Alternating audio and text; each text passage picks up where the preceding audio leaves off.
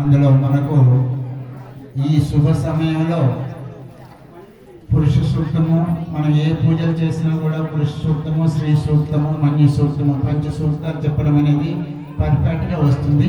అలాంటి మొట్టమొదటి పురుష సూక్తం మన చెన్నప్ప గారు వ్యాసాశ్రమానికి యథార్థ భారతిలో వ్యాసాలు అందిస్తున్నారు, చదువుతూ ఉన్నాము, సంతోషిస్తున్నాము. కానీ ఈరోజు వారిని ఇక్కడ చూడడం అనేది చాలా సంతోషము, ఆనందదాయకమైనటువంటిది. పిల్లలను చాలా అలర్ట్ చేయొద్దని చెప్పండి.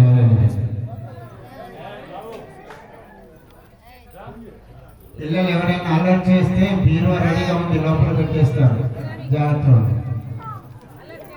ఈ ఎలబాకులో ఇంత వైభవంగా జరుగుతున్నటువంటి మనం సుమారు 80-82లో వచ్చినాము, మళ్ళీ ఇప్పుడు రావడం జరిగింది. దీనికి అంతా కూడా కారణం ఏంటంటే కొంతమందికి వేదాభిప్రాయాలు ఉండవచ్చు. ఎందుకంటే మనసు అనేది కలుషితమైనటువంటిది. ఆ కలుషిత మనసుతో ఉన్నప్పుడు కలుసుకునే అవకాశం అనేది దూరం అవుతుంది. కాబట్టి ఈ సందర్భంలో మన సత్యానంద స్వామి వారు నిజం చెప్పాలంటే సాధువులందరూ కూడా వేరువేరుగా ఉండకూడదు, అందరూ ఒక్కటిగా ఉండాలి అని ఈ మధ్యలో స్వామివారు మన పరంధామ ఆశ్రమం పంచముఖ హనుమాన్ పీఠం వార్షికోత్సవానికి వచ్చారు స్వామీజీ. నిజంగా చెప్పాలంటే ఏది పట్టించుకోరు, ఏది చేయరు, అవధూతగా ఉన్నారు వారు. ఎవరు ఏది చెప్పినా కూడా దాన్ని వినిపించుకోకుండా తనలో తాను ఉండిపోతారని ఒక మాట చెప్పారు, సంతోషము. మరి కొంతమందికి వ్యతిరేక భావాలు ఉన్నా కూడా సాధువులు కలిసి ఉండాలని చెప్పేసి ఈ మధ్యలో మన మైసభవనంలో సహస్ర గీత పారాయణం జరిగింది. అందులో ఆయన స్వాముల వారు చెప్పి తప్పనిసరిగా మీరు రావాలని అక్కడ చెప్పించి మనల్ని పిలిపించి అక్కడ కల్పించినటువంటి ఘనత ఎవరికైనా ఉందంటే కేవలం మన సత్యానంద స్వామి వారిని మెచ్చుకోవచ్చు. సాధువులందరూ కూడా కలిసి ఉండాలి అనేది.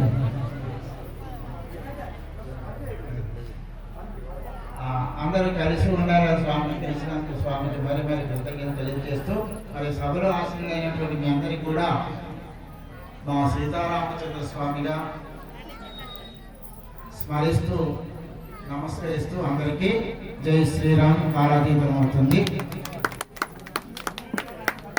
మనం అందరం హిందువులమని చెప్తూ ఉన్నారు, మనం అందరం భారతీయులమని చెప్తున్నాము. మన హిందుత్వం అనేది ఎక్కడ ఉంది చెప్పండి? హిందుత్వం అనేది ఎవరు ఎక్కడికి వెళ్ళినా కూడా మీరు ఎవరంటే ఏమంటారు? హిందూ అంటారా? భారతీయులు అంటున్నారా? మీ కులం ఏంటి? గౌడు అంటారు, రెడ్డి అంటారు, బ్రాహ్మణులు అంటారు, వైశ్యులు అంటారు, శూద్రులు అంటారు. ఈ పద్ధతిలో పోతుంది. కానీ నేను హిందువు కానీ ముస్లిం దగ్గరికి వెళ్ళండి, వాడిని చూస్తేనే గడ్డం మీసం అది ముస్లిం అని వాడు వేషం వేసుకుంటున్నాడు. వాడు చెప్పకుండానే ముస్లిం అని తెలుస్తుంది. అలాగే హిందువులు కట్టు చుట్టు పొట్టు మన యొక్క సనాతన హిందూ ధర్మానికి మొట్టమొదటి మెట్టు. దాన్ని మరిచిపోతుంది. ఎవరైనా జుట్టు పెట్టుకుంటున్నారా? లేదు. అమ్మగారు అయ్యగారు వేషం వేస్తున్నారు, అయ్యగారు అమ్మగారు వేషం వేస్తున్నారు. అయ్యగారు అమ్మగారు అయ్యగారు అని తెలియకుండా అయిపోతుంది. చెప్పిన పురుష సూక్తం అంటే స్త్రీలు పురుషులు, ప్రకృతి కూడా పురుషులు కూడా మరి పురుషుడు అనే భావంతో పిలువబడుతుందని మరి చిన్నప్ప గారు చెప్పినట్టుగా అందరూ ఒకటే అయిపోతున్నాం. కానీ హిందూ అనేది ఎక్కడ ఉంది చెప్పండి? ఉందా? మీ అందరికీ చేతులెత్తి ప్రేమగా ఆశీర్వదించి చెప్తున్నాను. హిందూ అనేవాడు ఏ కులాలకు అతీతంగా, మతాలకు అతీతంగా కేవలం ప్రపంచానికి గురుస్థానాన్ని వహించినటువంటి దేశం ఏదైనా ఉంది అంటే కేవలం భారతదేశం. ఆ భారతదేశం ఏ విధంగా భాగ్యదేశంగా రత్నగర్భంగా మారినటువంటి ఆ శక్తి ఎవరిచ్చారంటే మనదంతా కూడా సాంప్రదాయం. ఏం సాంప్రదాయము? హిందూ సాంప్రదాయం కాదు, ఋషి సాంప్రదాయం. అర్థమైందా? మన దేశానికి ఒక పేరు ఉంది, భారతదేశం అనుకున్నాం. కానీ ఈ రాజ్యానికి ఒక పేరు ఉంది. ఏంటది? రామరాజ్యం. మన రాముడి వారసులంగా ఉన్నాము, రామరాజ్యంలో పుట్టాము, రామరాజ్యంలో పెరుగుతున్నాం. ఒకటే బాణం, ఒకటే మాట, ఒకటే పత్ని అని ఆ నినాదంతో మనం అందరం కూడా ఒక సంస్కారవంతులుగా పలుకుతూ ఉన్నామంటే అది రాముడి యొక్క కరుణ. కాబట్టి ఆ రామరాజ్యంలో మనం ఉన్నందుకు మనం అందరం ఎలాగా ఉండాలి? అందరం ఒకటిగా ఉండాలి. పురుషుడు ఒక్కడే. స్వామి చెప్పలే పరిశుద్ధ స్వామి వారు. కానీ పురుషులు ఒక్కరే. కానీ ముందే మధ్యని భిన్న, దిగే రుచి భిన్న. అర్థమైందా భాష? అందరి తలకాయల స్వామి చెప్పారు కదా, ఎన్ని తలలు ఉన్నాయి మనకు? మన భారతదేశంలో చెప్పారు జనాభా 150 కోట్ల జనాభా ఉంది, అన్ని తలకాయలు ఉన్నాయి. కానీ ఒక్క తలకాయలో ఉన్న లక్షణాలు ఇంకొక తలకాయకు నచ్చవు. ఒక జీవ కోరినటువంటి కోరిక మరొక జీవ కోరదు, అర్థమైందా? అందుకని ఇన్ని ఉన్నా కూడా ఇవన్నీ కూడా మళ్ళీ ఎలా ఉన్నాయి అంటే, స్కందోపనిషత్తు చెప్తున్నటువంటి మాట ఏంటంటే ఆ భేద దర్శనం జ్ఞానం. ఆ జ్ఞానం మనకి లేకపోవడమే నువ్వు ఈ కులము నీకదే, ఈ కులము ఈ కులం అనే కులాలలో చీలిపోయి హిందూ అనే భాష, హిందూ అనే మాట దూరం అయిపోతుంది. మీరు అందరికీ కూడా చెప్తున్నాను, ప్రతి ఎక్కడికి వెళ్ళినా కూడా కుల మతాలకు అతీతంగా స్త్రీ పురుష వయోభేదం లేకుండా అందరూ కూడా హిందువుగా బ్రతకాలి, హిందువుగానే పుట్టాలి, భారతదేశంలో పుట్టాలి. భారతదేశం ఎలాంటిది అంటే నవత గ్రామాలు ఏంటి రత్నాలు ఉన్నాయి, అవి ఎక్కడ పుడతాయి? ప్రపంచంలో ఎక్కడ లేవు నవరత్నాలు అనేవి, మన భారతదేశంలోనే పుట్టడానికి ఇదే దానికి జన్మస్థానం. కేవలం అది ముడి సరుకులు జ్ఞానరత్నాలే, అది ముడి రత్నాలే కాకుండా ఇలాంటి మన పరిశుద్ధానంద స్వామి, చిన్నప్ప కవితలు, మన సత్యానంద స్వామి, సాధు మహాత్ములు ఉన్నారు.